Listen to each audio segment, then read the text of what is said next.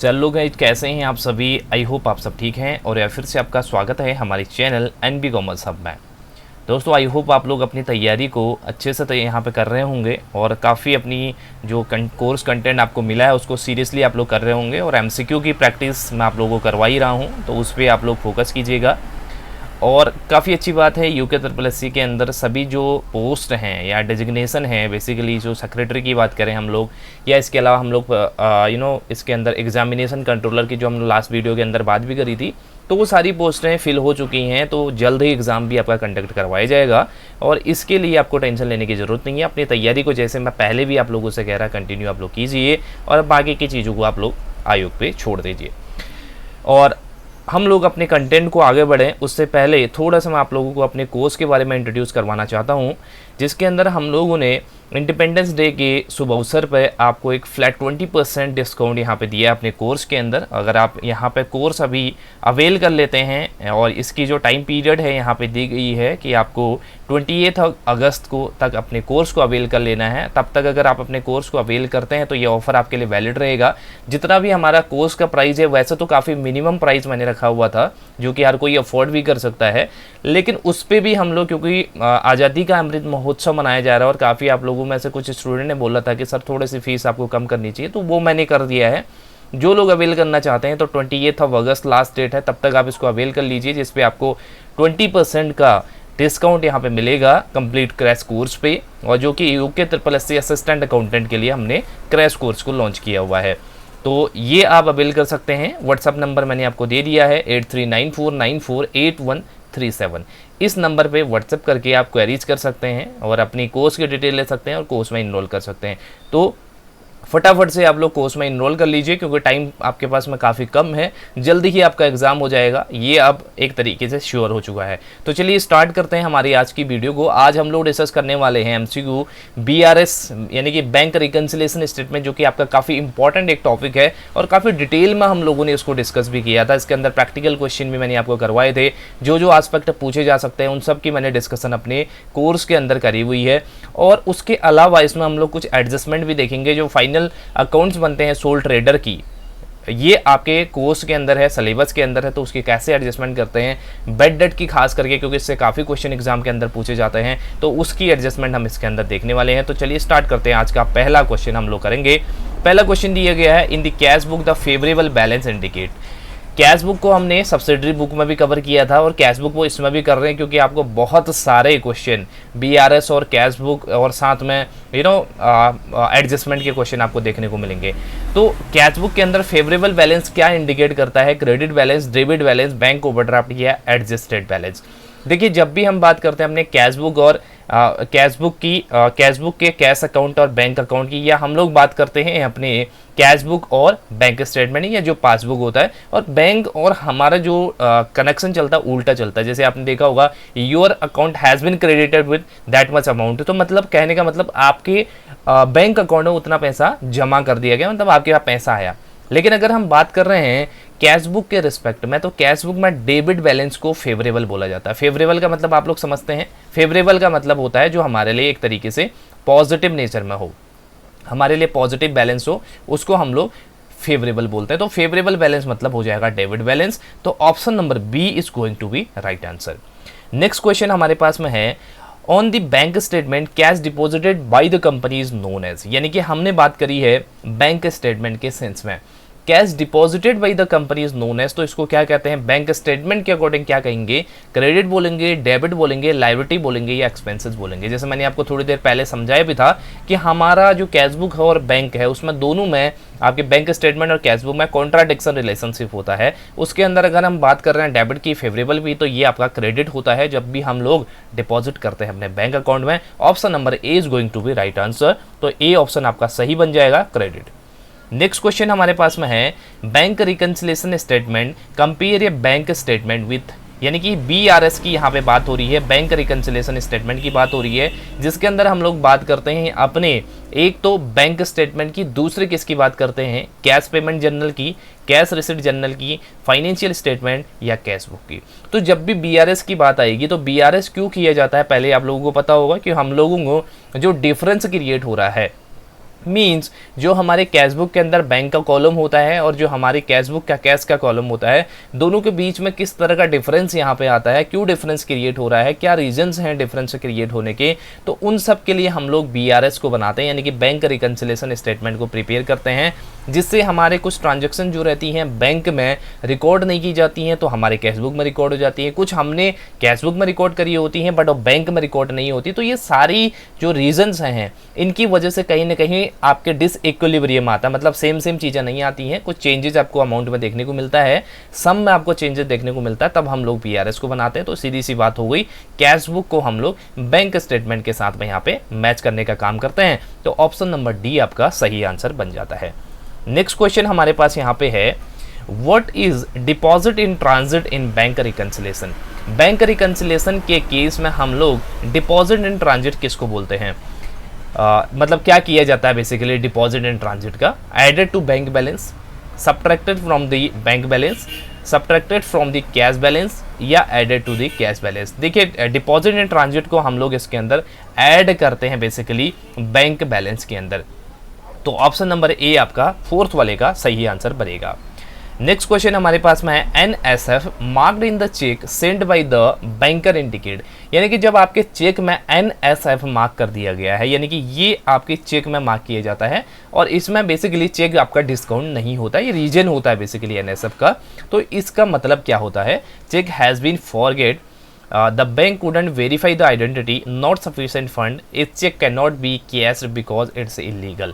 तो जैसा आपको पता चल रहा है NSF से not sufficient fund, इसी का जो शॉर्ट फॉर्म होता है वो होता है NSF। तो जब भी आपके अकाउंट में सफिशिएंट बैलेंस नहीं है लेकिन आपने किसी को चेक दे दिया तो उस केस में NSF मार्क कर दिया जाता है आपके चेक पे।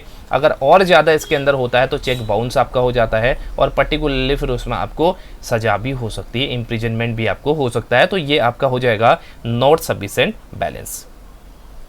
नेक्स्ट क्वेश्चन हमारे पास में है, bank reconciliation description is composed of the, यानी कि जो बैंक रिकन्सिलेशन डिस्क्रिप्शन है वो क्या कंपोज करता है, बैंक अकाउंटेंट कौन कंपोज करता है, bank accountant, business manager, business accountant या कंट्रोलर ऑफ द बैंक, यानी कि कौन इसको बनाएगा, कौन इसको बनाने का काम करता है। तो देखिए बैंक अकाउंटेंट बनाएगा बिजनेस मैनेजर, बिजनेस अकाउंटेंट या कंट्रोलर। तो सीधी सी बात है, इसके अंदर हमारे पास में जो बिजनेस का अकाउंटेंट होता है वो हमारे BRS को बनाने का काम करता है, मतलब ऑप्शन नंबर सी आपका सही आंसर बनता है। नेक्स्ट क्वेश्चन की बात कर रहे हैं, an unadjusted balance in the cash book is because of the result of which error, यानी कि हमारे अनएडजस्टेड बैलेंस आ रहा है कैश बुक के अंदर, किस एरर की वजह से ये हो सकता है, डिपॉजिट इन ट्रांजिट की वजह से हो सकता है, the omission of the bank charges, outstanding charges या अनप्रेजेंटेड चेक्स की वजह से हो सकता है। तो हमारे कैश बुक के अंदर यहाँ पे डिसइक्विलिब्रियम हो रहा है और ये जो अनएडजस्टेड बैलेंस की बात की जा रही है ये कहीं ना कहीं आपके बैंक स्टेटमेंट के साथ में एडजस्ट नहीं हो रहा बैलेंस। तो उसका क्या रीज़न यहाँ पे हो सकता है, सीधी सी बात है, इसके अंदर हम लोग बात कर रहे हैं ऑप्शन नंबर बी की जो आपके पास में है, the omission of bank charges. इसके अंदर ये बात की जा सकती है कि आपने जो बैंक चार्जेस थे, जो बेसिकली बैंक ने चार्ज कर लिए, उसको आपने ओमिट कर लिया, उसको आपने अपने कैश अकाउंट में नोट नहीं, मतलब कैश बुक के अंदर आपने नोट नहीं किया है, क्योंकि बैंक तो चार्ज काटेगा ही काटेगा और पर्टिकुलरली उसका तो चार्ज काटने का टाइम पीरियड फिक्स होता है। तो उस टाइम पीरियड में आपको भी उनको अपने कैश बुक में डिडक्ट करना पड़ेगा, अदरवाइज फिर आपके इसके अंदर बैलेंस में गड़बड़ी आएगी। नेक्स्ट क्वेश्चन हमारे पास में है, unpresented cheques also refer to as, यानी कि जो अनप्रेजेंटेड चेक होते हैं हमारे पास में, जो प्रेजेंट नहीं किए गए पेमेंट के लिए बैंक में, क्योंकि बैंक में बेसिकली ऐसा नहीं है ना कि जैसे आपने किसी को आज चेक दिया, राइट, आपने चेक इशू कर दिया है, मान लेते हैं आज की डेट को, यानी कि 16 अगस्त 2022 को आपने किसी को चेक इशू किया है।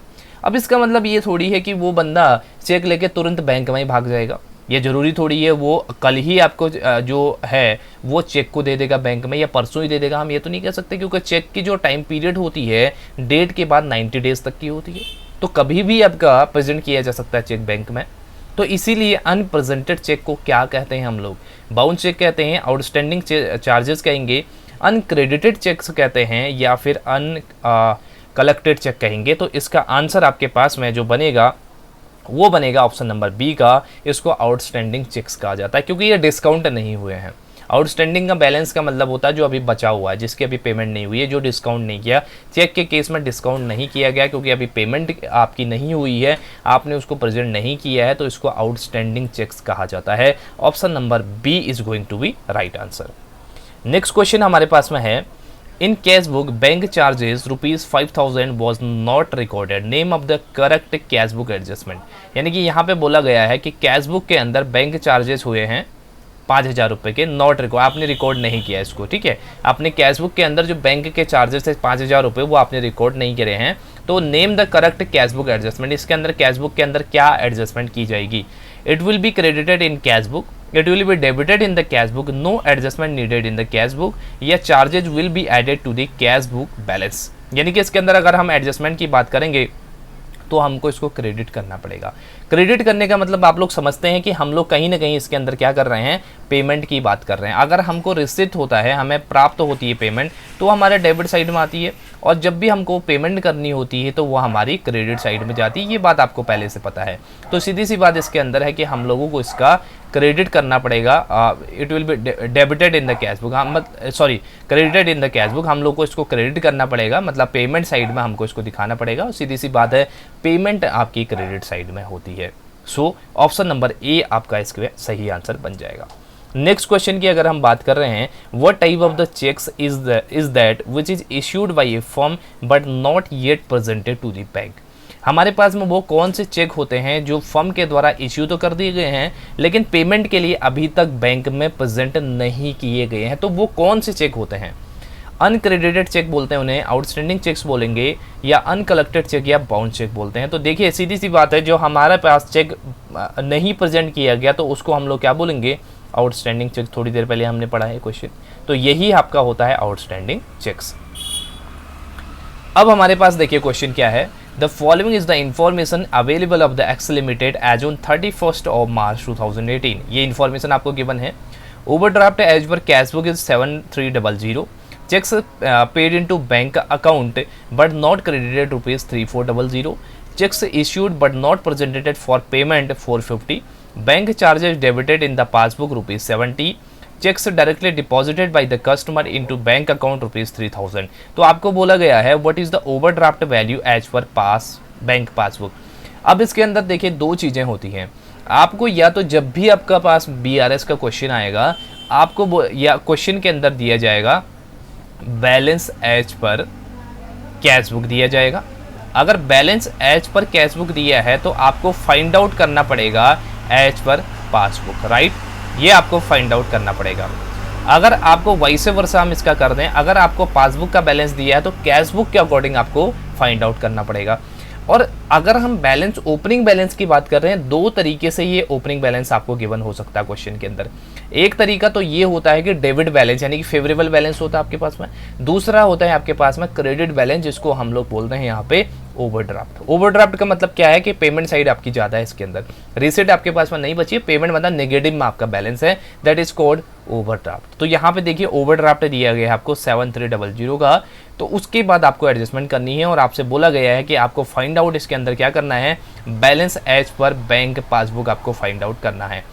इसको करने का मैंने आपको बहुत ही विस्तार में तरीका बताया है, कोर्स के अंदर हमने अच्छे से डिस्कस किया था। आपको ध्यान क्या रखना होता है, अगर आपको क्वेश्चन के अंदर balance as per cash book दिया है ना, तो आपको डायरेक्टली जो माइंड में चीज़ रखनी है वो पासबुक को रखनी है, मतलब उसमें क्या क्या चेंजेस आ रहे हैं वही चेंजेस हम अपने कैश बुक में करेंगे। मतलब क्या सिचुएशन हमारे बैंक पासबुक की है वही चीज़ें सेम टू सेम हम अपने कैश बुक के अंदर अमेंडमेंट करने का काम करते हैं, और पासबुक को हम लोग ध्यान में रखते हैं। अगर पासबुक के अकॉर्डिंग बैलेंस दिया है तो हम लोग क्या करेंगे, कैश बुक को ध्यान में रखेंगे।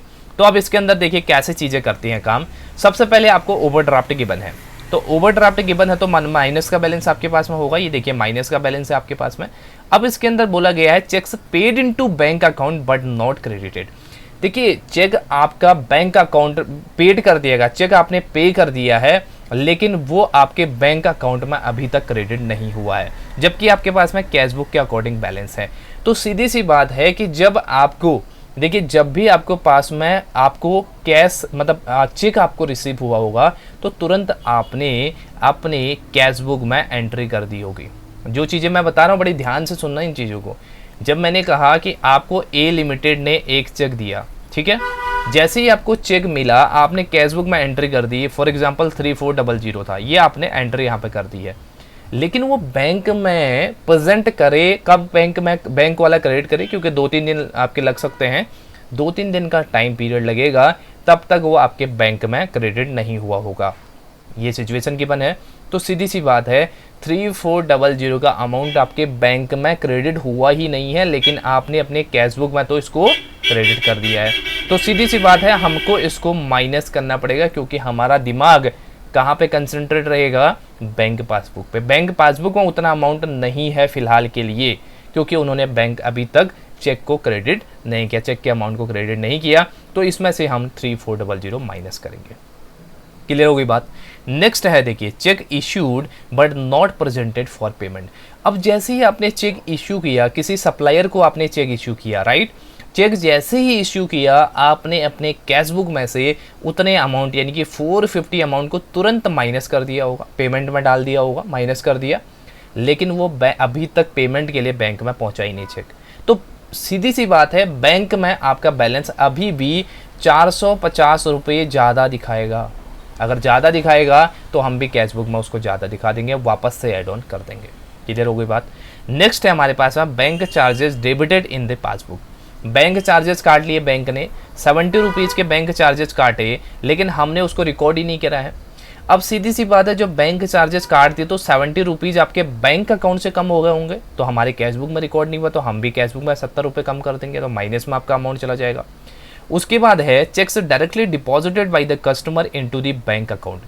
चेक आपका डिपॉजिट हुआ बैंक अकाउंट के अंदर डायरेक्टली, क्लियर, आपके पास में चेक नहीं पहुंचा है, वो डायरेक्टली आपके बैंक अकाउंट में चला गया है। तो उस केस में 3000 रुपये का चेक था, तो 3000 का जैसे ही चेक आपके बैंक अकाउंट में गया तो बैंक अकाउंट बैलेंस आपका बढ़ गया, लेकिन अभी तक कैशबुक में उतना ही बैलेंस है। लेकिन हमको तो ध्यान रखना है कि चेंजेस आपके बैंक अकाउंट में क्या आए हैं, तो बैंक अकाउंट 3000 से बढ़ गया तो हम भी ऐड ऑन कर देंगे 3000 रुपये। अब आप जब इसको ऐड ऑन करेंगे, ये आपका निगेटिव बैलेंस है, ये आपका पॉजिटिव बैलेंस है, इसमें से अगर आप माइनस करते हैं तो आपके पास में माइनस की बैलेंस आती है 7320। तो ये आपके पास में हो गया है overdraft as per passbook. Clear हो गई बात। और इन दोनों कॉलम को जोड़ेंगे तो आपके पास में बराबर आना चाहिए, इसीलिए हम लोग BRS को बनाते हैं। ये जो डिफरेंस क्रिएट हुए थे हमने सारे फाइंड आउट कर दिए हैं, और इसके बेसिस पे जो बैलेंस हमने फाइंड आउट किया उसके बेसिस पे दोनों कॉलम हमारे बराबर आ जाते हैं। तो ये हमारा BRS बनाने का ऑब्जेक्टिव होता है, इस तरीके से BRS स्टेटमेंट बनाया जाता है। ठीक है, तो आपका आंसर इसके अंदर बन जाएगा 7320, ऑप्शन नंबर 3। चलिए नेक्स्ट क्वेश्चन की बात कर लेते हैं। When check is not paid by the bank, it is called। जब बैंक के द्वारा चेक की अमाउंट को पे नहीं किया गया तो इसका मतलब क्या है, ऑनर्ड चेक बोलते हैं, इंडोर्स चेक बोलेंगे, डिसऑनर्ड बोलेंगे, A एंड B। तो सीधी सी बात है ये आपका डिसऑनर्ड हो जाएगा। डिसऑनर किसी भी कारण से हो सकता है आपने उसके साइन आपके मैच ना करें, हो सकता है आपके अकाउंट में बैलेंस सफिशिएंट ना हो सकता किसी भी तरीके से, मतलब बैंक आपको पेमेंट नहीं कर रहा, तो सीधी सी बात है डिसऑनर हो जाएगा। नेक्स्ट क्वेश्चन की बात करते हैं। A bank reconciliation statement is prepared by. अब सीधी सी बात है कौन इसको बनाएगा, एक क्वेश्चन पहले भी आया हुआ था सेम तरह का, तो इसके अंदर बैंकर बनाता है, अकाउंटेंट ऑफ द बिजनेस या ऑडिटर या रजिस्ट्रार, सीधी सी बात है अकाउंटेंट इसको प्रिपेयर करने का काम करता है, which is option number B. अगला क्वेश्चन हमारे पास में है the balance on the debit side of the bank column of the cashbook indicate. यानी कि हमारे पास बात की जा रही है बैंक कॉलम की। ध्यान रखना है क्वेश्चन के अंदर बहुत बड़ी गलतियां होती हैं, हमको डेबिट देखते ही हम लोग क्या करने लग जाते हैं कि हमारा ठीक है डेबिट मतलब फेवरेबल हो गया, लेकिन बात की गई है बैंक कॉलम की।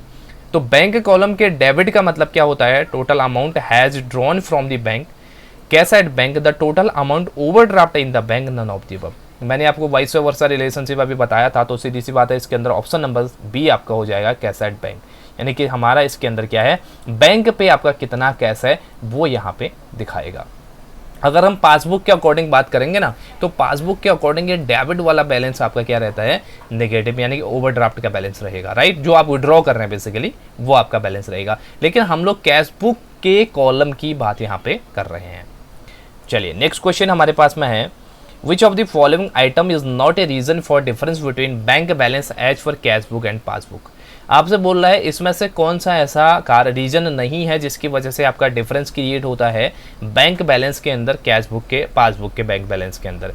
तो इनमें से कौन सा रीजन नहीं है, एक रीजन को छोड़ के बाकी के सारे रीजन इसके अंदर होंगे। Dishonoured cheque, cheque deposited but not yet cleared, credit sale या cheques issued but not yet presented for payment. अगर आप देखेंगे इसके अंदर डिसऑनर्ड चेक भी आपका इसका रीजन बन सकता है, क्योंकि सीधी सी बात है कैश का अमाउंट पे नहीं किया गया लेकिन आपने कैश बुक में तो उसको रिकॉर्ड कर दिया होगा ना, तो इसकी वजह से डिफरेंस आपका क्रिएट हो सकता है। दूसरा है cheque deposited but not cleared, cheque जैसे ही डिपॉजिट किया गया तो आपने अपने कैश बुक में तो पहले रिकॉर्ड कर लिया जैसे चेक रिसीव हुआ, लेकिन अभी तक आपके अकाउंट में पैसा नहीं आया, तो ये भी आपका रीजन बन सकता है। और डी वाले ऑप्शन की बात करें, check issued but not yet presented for payment, तो ये भी रीजन बन सकता है, लेकिन क्रेडिट सेल से यहाँ पे कोई मतलब नहीं है, तो ऑप्शन नंबर सी आपका राइट आंसर बनता है। नेक्स्ट क्वेश्चन हमारे पास में है, the cheque which is issued to creditor but is not presented for payment is called, यानी कि चेक तो इश्यू कर दिया है क्रेडिटर को लेकिन अभी तक पेमेंट के लिए चेक नहीं पहुंचा, इसको क्या कहते हैं? अनक्रेडिटेड चेक बोलेंगे, आउटस्टैंडिंग चेक बोलेंगे, ओमिटेड चेक बोलेंगे या डिसऑनर्ड चेक बोलेंगे, तो इसका आंसर हो जाएगा option number B, outstanding cheque. Next question हमारे पास में है, payment done by the account holder through issuing a cheque is entered in, यानी कि पेमेंट की गई है अकाउंट होल्डर के द्वारा चेक की इश्यूएंस के लिए, तो कहीं ना कहीं इसके अंदर जो पेमेंट है वो कहाँ पे एंटर की जाएगी? The passbook at the time of issuing the cheque, the passbook at the time of presenting the cheque to the bank for payment, the cash book at the time of issuing the cheque, या both B and C. तो इसका answer आपके पास में हो जाएगा option number इसका answer आपके पास में ऑप्शन नंबर डी, इसका सही आंसर ऑप्शन नंबर डी आपके पास में हो जाएगा, क्योंकि हम लोग जब इश्यू करेंगे चेक तो सीधी सी बात है दोनों जगह एंट्री की जाएगी। नेक्स्ट क्वेश्चन हमारे पास में है, if balance in the bank statement shows ₹3,000 debit and there are deposit of ₹8,000 yet not credited and unpresented checks totaling of ₹500, the balance in the cash book should be। अब यहाँ पे देखिए आपसे क्या बोला गया है, आपसे बोला गया है balance in the bank statement shows ₹3,000 debit, bank statement की बात की जा रही है और 3000 डेबिट की बात यहाँ पे की गई है। डेबिट का मतलब हो गया, सीधी सी बात है, बैंक स्टेटमेंट के अंदर डेबिट का मतलब हो गया ये आपके पास में ओवरड्राफ्ट की सिचुएशन है, क्योंकि डेबिट बैलेंस की बात की जा रही है ना, क्रेडिट बैलेंस की बात की जाती तो उसके अंदर हमारे पास चीज़ें अलग होती। अब दूसरी चीज़ इसके अंदर बोला है, there are deposit of ₹800 not yet credited, आपके पास में क्या है 800 रुपये, there deposit of ₹800 yet not yet credited, यानी कि 800 रुपये का डिपॉजिट है और अभी तक बैंक अकाउंट में ये क्रेडिट नहीं किया गया है। तो हम लोगों को देखिए किसके थ्रू निकालना है, हम लोगों को balance as per cash book हम लोगों को यहाँ पे फाइंड आउट करना है। तो हम लोगों को देखना पड़ेगा कि क्या हमने कैश बुक के अंदर ये 800 रुपये को हमने जो डिपॉजिट था उसको रिकॉर्ड किया होगा नहीं किया होगा। तो सीधी सी बात है ये 800 रुपये हमने जैसे ही हम लोगों को चेक रिसीव हुआ होगा हमने अपने कैश बुक में रिकॉर्ड कर दिया होगा। तो ये 800 रुपये हम लोगों को इसके अंदर भी ऐड करने पड़ेंगे। अभी तक क्रेडिट नहीं हुआ लेकिन हमको मैनेज तो करना ही पड़ेगा ना, तो प्लस हो जाएगा इसके अंदर 800 आपका। क्लियर। उसके बाद देखिए अनप्रेजेंटेड चेक टोटलिंग ₹500, चेक आपका आपने इश्यू तो कर दिया ना, हम लोग कैश बुक के अकॉर्डिंग तो बात करेंगे ना, चेक तो आपने इश्यू कर दिया मतलब कैश बुक के अंदर तो बैलेंस आपने कम कर ही दिया ना, लेकिन अभी तक प्रेजेंट नहीं हुआ बैंक में, तो उससे हमको क्या करना है, डिफरेंस तो क्रिएट होगा ही होगा। तो कहीं ना कहीं कैश बुक में आपने बैलेंस कम कर दिया तो आपको बैंक स्टेटमेंट में भी बैंक अकाउंट में भी वो बैलेंस कम करना पड़ेगा, मतलब 500 रुपये माइनस करना पड़ेगा। अब आपको बताना है कि डेबिट बैलेंस होगा क्रेडिट बैलेंस होगा एज पर कैश बुक और कितना होगा।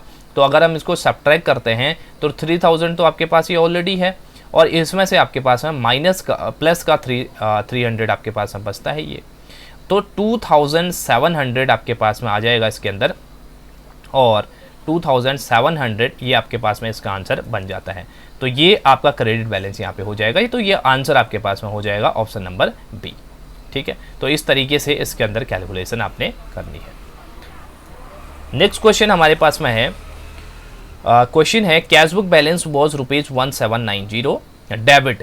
When compared with the bank statement, it was identified that unpresented check were 1040. The deposit not credited was rupees 820. Balance of the bank statement will.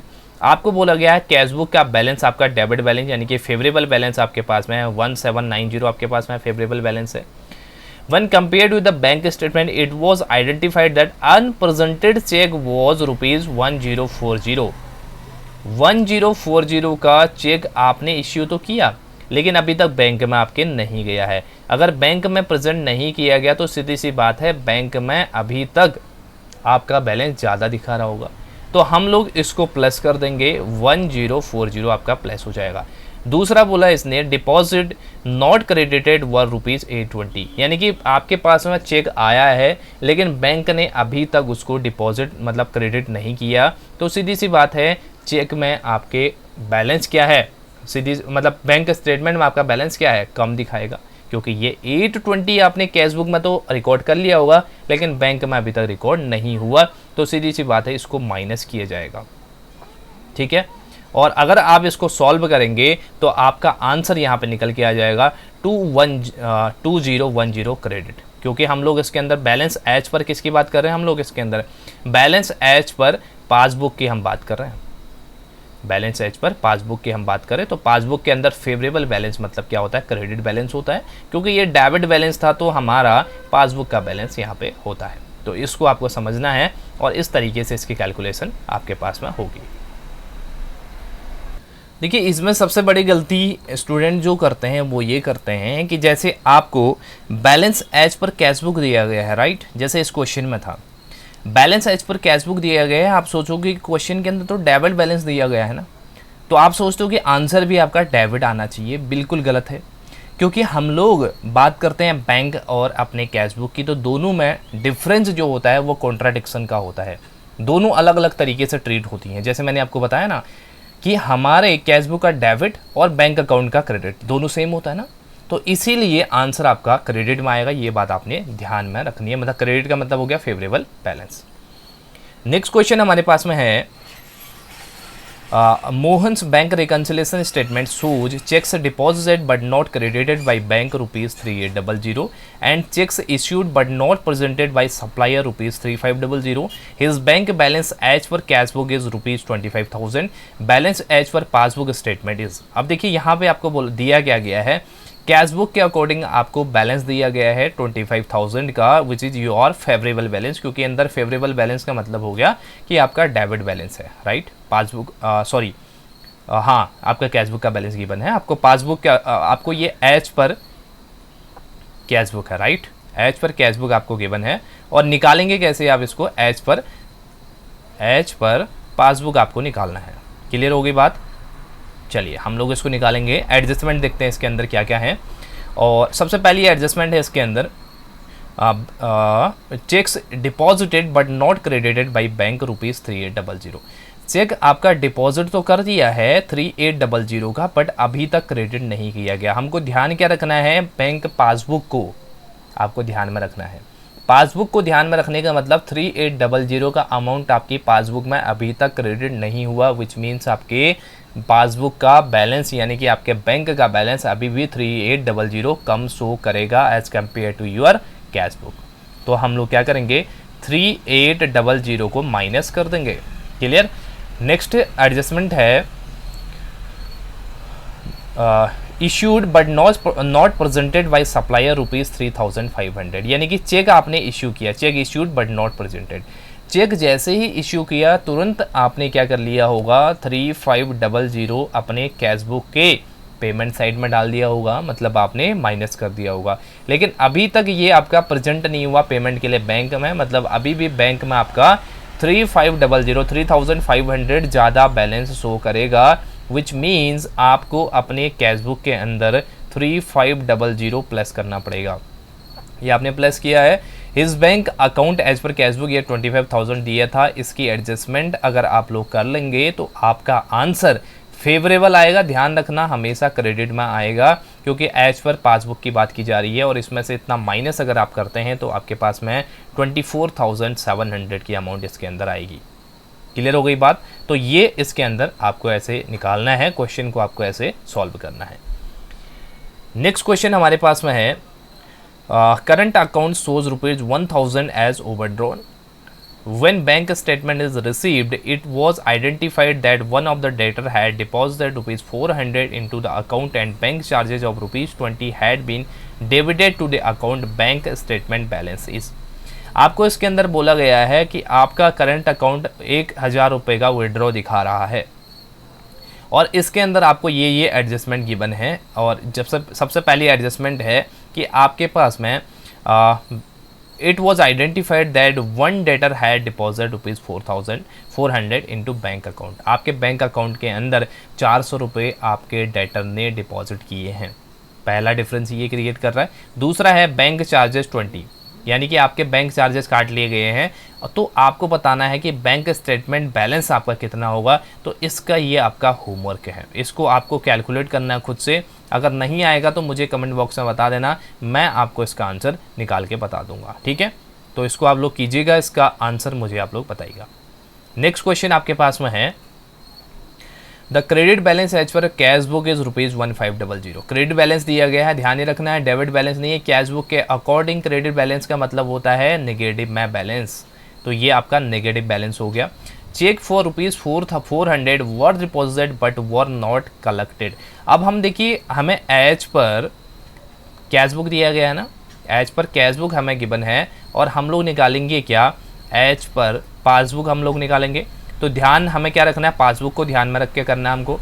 तो इसके अंदर बोला गया है चेक आपका 400 were deposited but not collected, यानी कि इसके अंदर आपने डिपॉजिट तो कर दिया 400 का चेक, मीन्स 400 का जो चेक है वो आपने अपने कैश बुक के अंदर तो बेसिकली आपने एंट्री कर दी होगी, प्लस कर दिया होगा, लेकिन बैंक पासबुक में या बैंक के अकाउंट में ये 400 रुपया अभी तक आया नहीं है, क्योंकि ये कलेक्ट नहीं किया गया है, ठीक है। तो सीधी सी बात इसके अंदर ये रहेगी कि आपको 400 रुपये अपने कैश बुक में से भी माइनस करने पड़ेंगे जो आपने ऐड ऑन किए थे।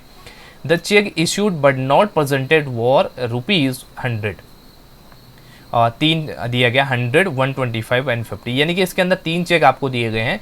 चेक इशू किए गए बट प्रेजेंट नहीं हुए बैंक के अंदर। तो जैसे ही चेक इशू किए गए होंगे, कितने के चेक आपके पास में है, 100 का एक है, 125 का एक है और 50 का एक है आपके पास में। क्लियर हो गई बात। तो ये जो चेक हैं आपके पास में, ये जब आपने इश्यू किए तो अपने कैश बुक के अंदर डायरेक्टली आपने इनको माइनस कर दिया होगा, लेकिन अभी तक बैंक में तो आए ही नहीं, तो बैंक का अकाउंट तो आपका अभी भी ज़्यादा शो कर रहा होगा।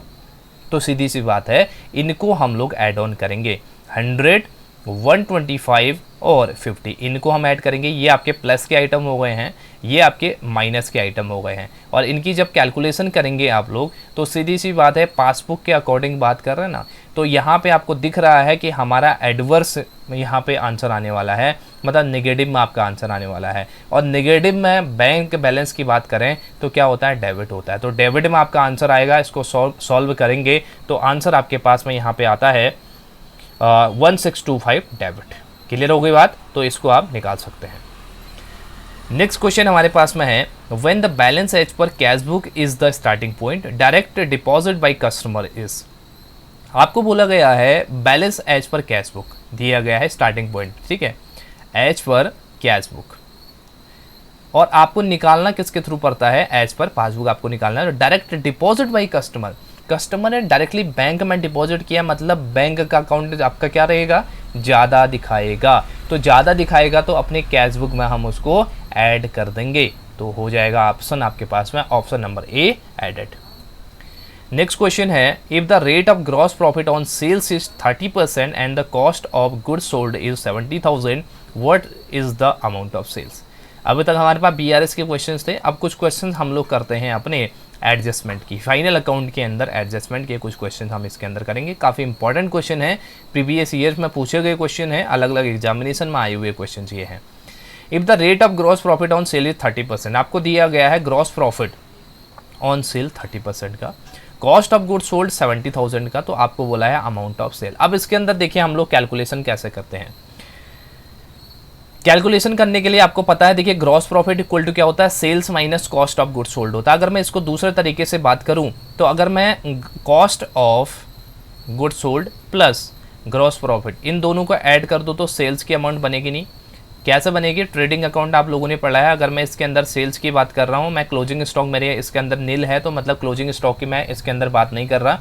तो सीधी सी बात है, सेल्स की अमाउंट आपके क्रेडिट साइड में आती है, यहाँ पे आपकी COGS आ जाती है और आपकी यहाँ पे ग्रॉस प्रॉफिट आ जाता है। इन दोनों को बैलेंस में करूँगा तो सीधी सी बात है अमाउंट आपकी इक्वल आएगी। तो यहाँ पे मैं इसको प्लस करके लिखूँ या इसको माइनस करके लिखूँ तो बात एक ही है, इसके अंदर डाउट आपको नहीं होना चाहिए। ठीक है, तो ये चीज़ मैंने यहाँ पे लिखी हुई है। अब इसके अंदर अगर मैं सेल्स को 100 मान के चलता हूँ, अगर मैंने सेल्स को 100 मान लिया तो सीधी सी बात है ग्रॉस प्रॉफिट आपका 30 हो जाएगा, क्योंकि ऑलरेडी गिवन है सेल्स पे 30%। ठीक है, तो 30 आपकी ग्रॉस प्रॉफिट ग्रॉस प्रॉफिट हो जाता है। तो कॉस्ट ऑफ गुड्स सोल्ड आपका 70 हो जाएगा, क्योंकि इसके अंदर बेसिकली 100 में से 30 माइनस हो रहा है। अगर 100 में से 30 कैसे माइनस हो रहा है? क्योंकि सेल्स की अमाउंट 100 है, कॉस्ट ऑफ गुड्स सोल्ड आपके पास में यहाँ पे अगर हम बात कर रहे हैं, अगर हमारे पास में ये ग्रॉस प्रॉफिट है बेसिकली यहाँ पे, क्लियर? तो ये ग्रॉस प्रॉफिट हमारे पास में कितना है? 30 है, तो ये कितना बच गया? 70 आपके पास बच जाता है। इस तरीके से हम इसके अंदर इसको निकाल सकते हैं। ठीक है, तो ये आपके पास में आ गया है 30 रुपीज़ और कॉस्ट ऑफ गुड्स सोल्ड आपके 70% ऑफ सेल गिवन है। कॉस्ट ऑफ गुड्स सोल्ड आपके पास में 70% ऑफ सेल्स गिवन है। तो आपके पास में सेल्स की वैल्यू कैसे निकलेगी? Cost of good sold divided by 70%, यानी कि कॉस्ट ऑफ गुड सोल्ड 100 पे निकालेंगे जब आपको 70 पे गिवन है। ठीक है, और हमें 70,000 यहाँ पे गिवन है क्वेश्चन के अंदर, कितने परसेंट पे? 70% पे। क्लियर? 70% पे गिवन है, तो 100 पे निकालने के लिए 100 से मल्टीप्लाई डिवाइडेड बाय 70, तो आपका आंसर आ जाएगा 1 लाख रुपीज़। ठीक है, इसको सॉल्व करके आप निकाल सकते हैं, 1 लाख आपके पास में आंसर आता है। तो ऐसे इसकी कैलकुलेशन की जाती है। बस छोटा सा आपको ट्रेडिंग अकाउंट का ये कंसेप्ट ध्यान में रखना होता है। चलिए नेक्स्ट क्वेश्चन की तरफ बढ़ते हैं। Which one of the following will lead to understatement of net profit? यानी कि इसके अंदर बोला गया है कि कब आपका नेट प्रॉफिट कम होगा। कौन सी ऐसी आपकी ट्रांजैक्शन है जो आपके नेट प्रॉफिट को कम कर सकती है? Transfer of general reserve, treating capital expenditure as revenue expenditure, amortisation of fictitious asset, या treating revenue expenditure at capital expenditure. देखिए इसके अंदर जनरल रिजर्व जो ट्रांसफर किया जा रहा है, इससे कोई प्रॉफिट पे आपका नेट प्रॉफिट पे कोई इफेक्ट आपका नहीं पड़ेगा। कैपिटल एक्सपेंडिचर एट, इसको हम लोग अभी डिस्कस करेंगे। और एमोटाइजेशन ऑफ फिक्टिशियस एसेट, इस पर कोई डिफरेंस आपके क्रिएट नहीं होता, आउटफ्लो नहीं हो रहा कोई भी। ट्रीटिंग रेवेन्यू एट कैपिटल, ये भी आपका इसके अंदर नहीं है। लेकिन ऑप्शन नंबर 2 की अगर हम बात करेंगे, treating capital expenditure as revenue expenditure. अब इसका मतलब क्या है? देखिए कैपिटल एक्सपेंडिचर और रेवेन्यू दोनों हमने डिटेल में पढ़े, हमने MCQ भी इसके करे हुए हैं। तो उसके अंदर सीधी सी बात, अगर हम P&L की करते हैं, प्रॉफिट एंड लॉस के अंदर आपके पास में सभी रेवेन्यू एक्सपेंडिचर आते हैं, और हमारे पास में ग्रॉस प्रॉफिट जो निकला होता है उसमें से हम सारे के सारे जो एक्सपेंडिचर होते हैं रेवेन्यू नेचर के, उनको माइनस करते हैं। अगर आपने कैपिटल एक्सपेंडिचर को भी इसमें डाल दिया तो मतलब आपके एक्सपेंसेस बढ़ेंगे, और एक्सपेंसेस बढ़ेंगे तो आपका प्रॉफिट कम होगा। दैट्स वाई ऑप्शन नंबर 2 आपका सही आंसर बनता है। ठीक है, नेक्स्ट क्वेश्चन की बात करें इसके अंदर, a return inward book is kept to record. ये हमने सब्सिडरीज बुक में भी पढ़ा था। रिटर्न इनवर्ड बुक हमारे किस चीज़ के रिकॉर्ड को मेंटेन करने के लिए किया जाता है, बनाई जाती है? Return of anything sold, return of anything purchase, return of goods sold, return of goods purchase. तो सीधी सी बात है, रिटर्न इनवर्ड बुक मतलब क्या हो गया? रिटर्न ऑफ गुड्स सोल्ड, जो आपने बेचे थे उसमें से आपके रिटर्न आ गए, तो ऑप्शन नंबर 3 आपका सही आंसर इसके अंदर बनता है। नेक्स्ट क्वेश्चन, ओपनिंग डेटर आपके पास में है 12,000 के, क्लोजिंग डेटर आपके पास में है 15,000 के, क्रेडिट सेल्स 28,000 की। आपको बोला गया है what is the amount cash received from customer, कितना कैश आपको रिसीव होगा। फंडा इसके अंदर सिंपल सा रहता है, क्रेडिट सेल और ओपनिंग डेटर को आप प्लस करते हैं, उसमें से क्लोजिंग डेटर को माइनस करते हैं, आपके पास में आंसर निकल के आ जाता है। यही आपका जो अमाउंट है वो कस्टमर से रिसीव होना है। देखिए यहाँ पे credit sale plus opening debtors minus closing debtor. तो क्रेडिट सेल आपके पास में 28,000 की है, ओपनिंग डेटर आपके पास में है 12,000 के, और माइनस कर देंगे क्लोजिंग डेटर जो 15,000 के हैं, तो आपके पास में 25,000 का आंसर निकल के आता है। तो ये आपका इसके अंदर निकल के आ जाएगा। नेक्स्ट क्वेश्चन की अगर बात करते हैं, disagreement of the trial balance include which error. अगर हम बात कर रहे हैं आपने ट्रायल बैलेंस के डिसएग्रीमेंट की, मतलब ट्रायल बैलेंस हमारा एग्री नहीं कर रहा, मतलब बराबर नहीं मैच हो रहा है, तो उसके अंदर कौन सी एरर आ सकती है? एरर ऑफ ओमिशन की वजह से, रॉन्गली टोटलिंग ऑफ सब्सिडरी, या कंपनसेटिंग एरर, या 1 और 3। तो सीधी सी बात इसके अंदर है, अगर हम ओमिशन की बात कर रहे हैं तो ओमिशन के अंदर तो हम पूरी की पूरी एंट्री को ही छोड़ देते हैं, तो इससे हमारे ट्रायल बैलेंस पे कोई इफेक्ट नहीं पड़ता है। और कंपनसेटिंग एरर के अंदर भी एक जो एरर होती है वो दूसरे एरर को कंपनसेट कर देती है, मतलब error and error equal to nil effect यहाँ पे हो जाता है, नलिफाइड हो जाता है इफेक्ट। लेकिन ऑप्शन अगर देखें सेकंड वाला, आपने रॉन्ग टोटल किया है, टोटलिंग में अगर डिफरेंस यहाँ पे गलत आपने डिफरेंस टोटलिंग करी है, तो ये आपका कहीं ना कहीं ट्रायल बैलेंस में डिसएग्रीमेंट का रीजन बनता है, which is option number 2। Next question है which error will discovered by the preparation of trial balance. जब हम लोग ट्रायल बैलेंस बना रहे हैं तो कौन सी एरर यहाँ पे डिस्कवर्ड हो सकती है, कौन सी एरर को ये आइडेंटिफाई कर सकता है आपका trial balance. Capital expenditure treated as revenue expenses, an incorrect amount entered as both debit and credit, complete omission of a transaction, an incorrect amount entered twice as a debit। First की बात करें capital और revenue की बात, तो ये आपका error of principal है, इसको आपका ट्रायल बैलेंस डिस्क्लोज नहीं करता है। An incorrect amount entered at both debit and credit, अगर आपने दोनों डेबिट और क्रेडिट में इनकरेक्ट अमाउंट कर दिया तो ये आपका कंपनसेटिंग एरर हो गया है, इससे भी आपका नल इफेक्ट, नेट इफेक्ट जो है नलिफाई हो जाता है। कंप्लीट ओमिशन आपका एरर ऑफ ओमिशन होता है, इसके अंदर आपने ट्रांजैक्शन रिकॉर्ड ही नहीं करी है, तो ना ही डेबिट में बैलेंस किया ना ही क्रेडिट में बैलेंस किया, आपके ट्रायल बैलेंस के कोई भी इफेक्ट देखने को नहीं मिलता। लेकिन ऑप्शन नंबर 4 के अंदर बात की गई है कि आपने कोई अमाउंट 2 बार डेबिट में गलत डाला है, तो सीधी सी बात है क्रेडिट में तो एंट्री हुई नहीं है, तो 2 बार आपने डेबिट में डाल दी वो बैलेंस, तो सीधी सी बात है ये आपका पकड़ा जाएगा यहाँ पे, तो ये आपका ट्रायल बैलेंस इसको डिस्कवर कर सकता है। नेक्स्ट क्वेश्चन की अगर हम बात कर रहे हैं तो cost and financial accounts are required to be reconciled under. हम लोग कॉस्ट और फाइनेंशियल अकाउंट्स को अपने रिकनसाइल करने का काम करते हैं किस चीज़ के लिए, किस रूल्स के अंदर, किस सिस्टम के अंदर, integral system, cost control system, under 1 2 both या सिंगल एंट्री। तो आपका ऑप्शन बनेगा option number 3, option number 2 cost control account system. Next question के अंदर बात कर रहे हैं if the rate of gross profit on sale is 30% and the cost of goods sold is 70,000, what is the amount of sales. ये हमने question पहले भी कर लिया, आई थिंक ये दोबारा आपका आ गया। 30% ग्रॉस प्रॉफिट ऑन सेल 30% है, कॉस्ट ऑफ गुड्स सोल्ड आपके पास 70,000 है, आपको अमाउंट ऑफ सेल पूछी गई है, तो ये हमने पहले भी किया था, ये आपका 1 लाख रुपीज़ यहाँ पे आ जाता है। नेक्स्ट क्वेश्चन हमारे पास में है which of the following item do not come under reserve and surplus. इसमें से कौन सी ऐसी आइटम है जो आपके रिजर्व और सरप्लस में नहीं आती, रिजर्व एंड सरप्लस वाले हेड के अंदर बेसिकली नहीं आती है। Capital redemption reserve, general reserve, provident fund या सिंकिंग फंड। अगर आप इन तीनों को देखेंगे तो ये आपके तीनों के तीनों मतलब कौन सी, capital redemption reserve and general reserve और सिंकिंग फंड। लेकिन प्रोविडेंट फंड आपका इसके अंदर नहीं आता, जिसको हम लोग हिंदी में भविष्य निधि बोलते हैं। ये प्रोविडेंट फंड आपके अलग चीज़ यहाँ पे हो जाती है। सो इसमें ऑप्शन नंबर सी आपका इसके अंदर सही बनेगा, प्रोविडेंट फंड इसके अंदर नहीं आता है। नेक्स्ट क्वेश्चन की अगर बात करें, opening balance of profit and loss account ₹7500, dividend paid ₹1500, ending balance of the profit and loss account 5000, net income net loss. आपको इसके अंदर बेसिकली बोला गया है प्रॉफिट एंड लॉस का ओपनिंग बैलेंस आपके पास 7500 है, डिविडेंड पे किया 1500 का, balance of profit and loss account आपके पास में 5000 है, ये आपका क्लोजिंग बैलेंस है बेसिकली। तो आपका नेट इनकम लॉस इसके अंदर कितना हुआ ये आपसे पूछा गया है। आपको लॉस हुआ 1000 का, नेट लॉस हुआ, नेट इनकम हुई या फिर इनकम आपकी 6500 की हुई। देखिए अगर हम इसके अंदर बात कर रहे हैं डेबिट साइड में आपके पास में ओपनिंग बैलेंस हो गए 7500 का, और उसके बाद आपने डिविडेंड का पेमेंट किया है 1500, राइट। और उसके बाद यहाँ पे बोला गया है बैलेंस आपके पास में 5000 का है। अगर हम इसके अंदर बात करते हैं प्रॉफिट एंड लॉस का बैलेंस आपका 5000 का इसके अंदर है, तो सीधी सी बात है इसके अंदर कि आपको क्या हुआ है, इसके अंदर लॉस हुआ है 1000 रुपीज़ का, और ये आपका इसके अंदर निकल के आ जाएगा। और लॉस कैसे हुआ, क्योंकि इसके अंदर 5000 अगर आप यहाँ पे लिखेंगे तो ही तो आपका ये बैलेंसिंग होगी इसके अंदर, तो 7500 यहाँ आ जाएगा, 7500 यहाँ आ जाएगा, और तब जाके आपकी ये बैलेंसिंग होती है। यहाँ पे होता तो आपका प्रॉफिट काउंट होता, लेकिन यहाँ पे ये लॉस आपका होता है। तो इस तरीके से तो प्रॉफिट एंड लॉस हम लोग इसको यहाँ पे दिखाते हैं 5000 को। तो यहाँ पे आपको सीधी सी बात इसके अंदर ये है कि आपको लॉस यहाँ पे देखने को मिलता है।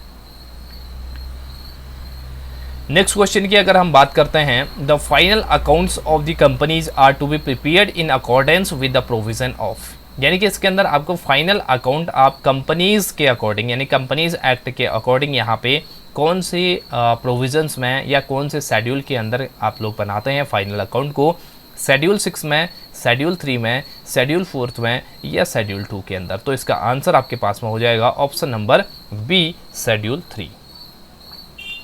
Next question is, the company's final accounts are prepared in the form of, आप कंपनी के फाइनेंशियल जो अकाउंट बनते हैं वो किस फॉर्म में बनाए जाते हैं। अब इसके अंदर ये क्वेश्चन दो तरीके से पूछा जा सकता है। देखिए, अगर आपको बोला जाए कि आपके मॉडर्न टेक्निक्स के अकॉर्डिंग या आपके रिसेंट टेक्निक्स के अकॉर्डिंग, तो वो आपकी वर्टिकल फॉर्म में होती हैं, लेकिन हम लोग इसको हॉरिजॉन्टल फॉर्म में ही बनाते थे। तो अगर आपका जनरली क्वेश्चन आ जाए कि जनरल आप किस वेज में बनाया जाता है, तो वर्टिकल फॉर्म आपका आंसर बनता है। लेकिन अगर वैसे नॉर्मल क्वेश्चन आए तो बोथ ए एंड बी आपका आंसर बनेगा, दोनों फॉर्म में बनाए जा सकते हैं। तो जिस नेचर का क्वेश्चन आएगा उस नेचर में आप इसको कर सकते हैं।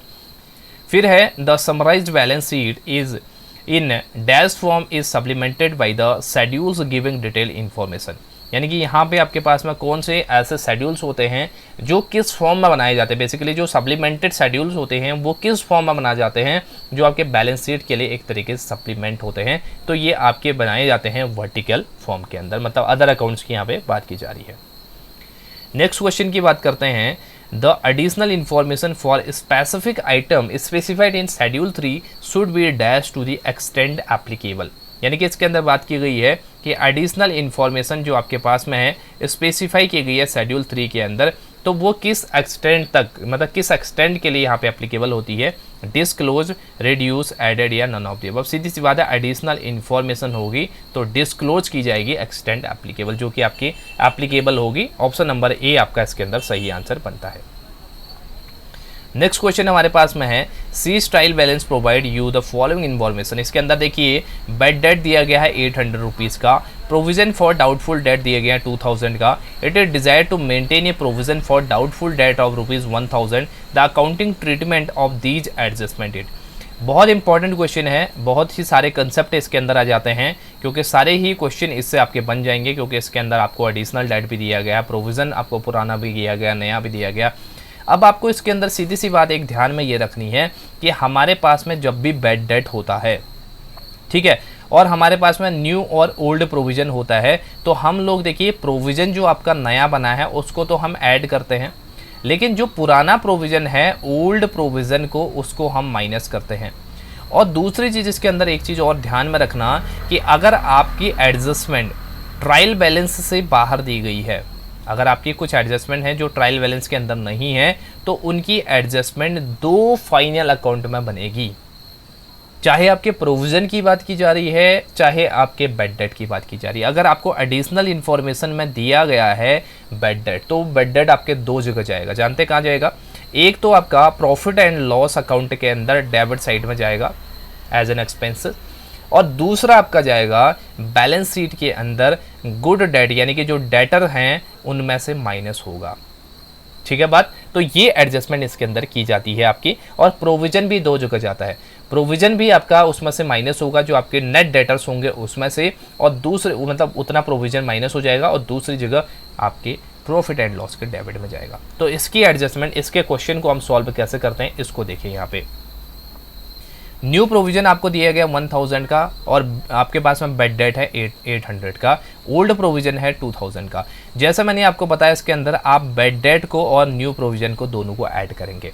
ठीक है, ये दोनों ऐड हो गए हैं, इसमें से ओल्ड प्रोविजन को माइनस किया जाएगा। 1800 टोटल अमाउंट आ गई है, इसमें से 2000 का जो पुराना प्रोविजन था उसको हम माइनस करते हैं। तो इसके अंदर अगर आप देखेंगे तो अभी भी 200 रुपया बचता है। मीन्स क्या? पुराना वाला प्रोविजन ही आपका अभी तक कवर नहीं हुआ है, जो प्रोविजन बनाया था उसी में से 200 रुपया अभी तक आपके पास में बच गया है। तो इसके अंदर बेसिकली आपका जो आंसर बनेगा वो बनेगा 200 to be credited to profit and loss account. अगर आपके पास में ये इनकम हो गई ना, एक तरीके से इनडायरेक्ट इनकम हो गई, क्योंकि जो पुराना प्रोविजन था वो आपका पूरा एग्जॉस्ट नहीं हो पाया, तो 200 रुपये आपका क्रेडिट साइड में जाएगा, पीएनएल के, डेबिट में नहीं। डेबिट में तब जाता जब आपका इसके अंदर एक्सपेंस हो रहा होता, ये तो 200 रुपया बच गया, तो ये आपका credited to profit and loss account हो जाएगा, which is option number C. चलिए नेक्स्ट क्वेश्चन की बात करते हैं।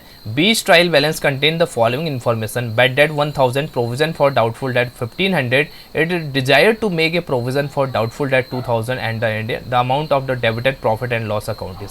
अब आपको ये सारी इन्फॉर्मेशन गिवन है और आपको बोला गया कितना अमाउंट आपका प्रॉफिट एंड लॉस अकाउंट में डेबिट किया जाएगा। क्या क्या चीज़ें गिवन है? बेड डेट आपको गिवन है, प्रोविजन फॉर डाउटफुल डेट 1500, ये पुराना वाला गिवन है। It desire to make a provision for doubtful debt, ये नए प्रोविजन, न्यू प्रोविजन की बात यहाँ पे हो रही है 2000 का। तो सीधी सी बात, इसके अंदर बेड डेट आपके पास में हो गया 1000 का, प्रोविजन आपके पास में जो नया बनाना है वो आपके पास में 2000 हो गया, टोटल आपके पास में 3000 होता है यहाँ पे।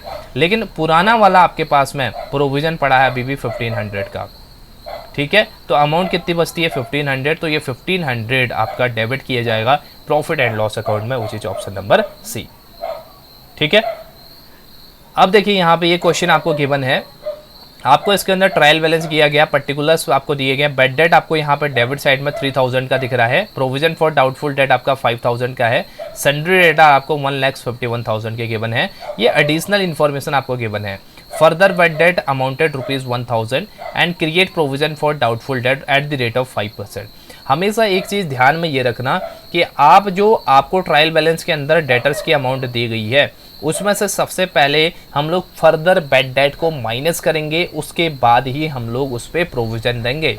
ये बात आपको ध्यान में रखनी है, क्योंकि हम लोगों को इसकी एडजस्टमेंट हमको अपने बैलेंस शीट के अंदर करनी होती है। दो जगह इसकी अमाउंट जाएगी, एक तो पीएनएल के डेबिट में और एक आपका बैलेंस शीट में। तो ये 1000 इसमें से माइनस होगा, तब हम लोग 1,50,000 पे इसका प्रोविज़न बनाएंगे 5% के हिसाब से।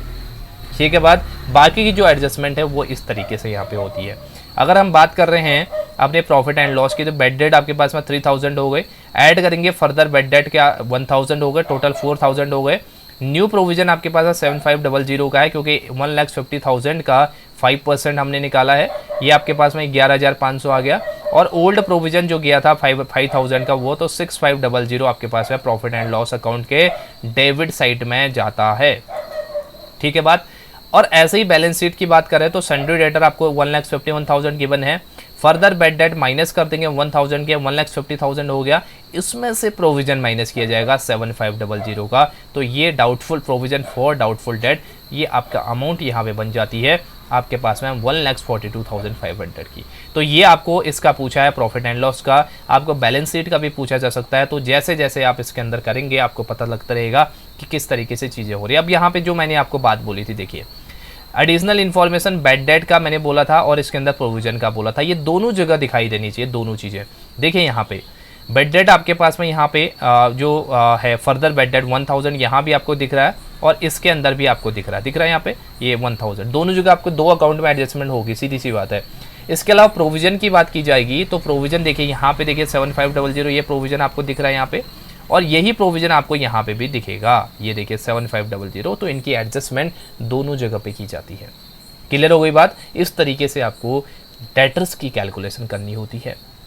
अगर आपको बैलेंस शीट की अमाउंट पूछे वो भी आप बता सकते हैं, नेट डेटर आपको पूछता तो नेट डेटर भी आप यहाँ पे निकाल सकते हैं इस तरीके से। एसेट में से टोटल एसेट जो आपके सन्ड्री डेटर्स हैं उनमें से माइनस करके भी आप आसानी से नेट डेटर भी निकाल सकते हैं। ये भी क्वेश्चन क्या पूछता है, जब छोटा छोटा क्वेश्चन, मतलब क्वेश्चन छोटा क्या, क्वेश्चन तो आपका फुल फ्लैश रहेगा लेकिन चीज़ें कम पूछता है आपसे, तो ऐसे भी निकाल सकते हैं। आपको पीएनएल का डेटा भी पूछ सकता है, आपको बैलेंस शीट का भी डेटा पूछ सकता है, आपको प्रोविज़न का भी डेटा पूछ सकता है। तो ये चीज़ इसके अंदर आप आसानी से कैलकुलेट कर सकते हैं। ठीक है, सो गाइज ये थे हमारे कुछ आज के बहुत इंपॉर्टेंट क्वेश्चन। इनको आप लोग बार बार देखिए, बार बार आप लोग प्रैक्टिस कीजिए, क्योंकि जो बीआरएस है, खास करके अगर मैं बात करूं बैंक रिकन्सिलेशन स्टेटमेंट, ये आपको प्रैक्टिस से ही आएगा। प्रैक्टिस से आपको बिना लिखे चीज़ें समझ में आनी चाहिए। जो मैंने प्लस माइनस किया है ना, वो आपके माइंड में चलनी चाहिए चीज़ें, क्योंकि एग्जाम में इतना टाइम नहीं होता कि आप प्लस करो माइनस करो, ये सब चीज़ें आपके दिमाग में चलनी चाहिए। कौन सी चीज़ हमने प्लस करनी है, कौन सी माइनस करनी है, फटाफट से कैलकुलेशन हमारी हो जाए। ठीक, तो आई होप कि आपको वीडियो अच्छी लगी होगी, कुछ नया आपको सीखने को मिला होगा। वीडियो पसंद आती है तो लाइक करना ना भूलें, चैनल पर नए हैं तो चैनल को ज़रूर सब्सक्राइब कर लें, और कोर्स को अभी तक बाई नहीं किया है तो अपनी क्वेरीज़ को पूछिए, कोर्स को बाई कीजिए और अपनी प्रिपरेशन को आगे बढ़ाइए। Thank you so much guys, thank you so much, bye bye, take care.